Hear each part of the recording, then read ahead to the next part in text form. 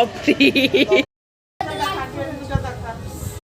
গাছটা দেখো কত সুন্দর, অনেক অনেক অনেক বটের ছিল, অনেকগুলো কেটে দেওয়াও হয়ে গেছে। আমাদের পুজো দেওয়া হয়ে গেছে, তখন আমরা খেতে যাব 12:30 প্রায় বাসে। হোটেলে এখন খেতে যাব, নিরামিষই খাবো, সবজি ভাত। বাড়ি গিয়ে আবার রান্নাবান্না ঝামেলা আছে, 12:30 বেজে গেছে, বাড়ি যেতে পারে 1টা দিতে হবে। তারপর চলো খেয়ে আসি।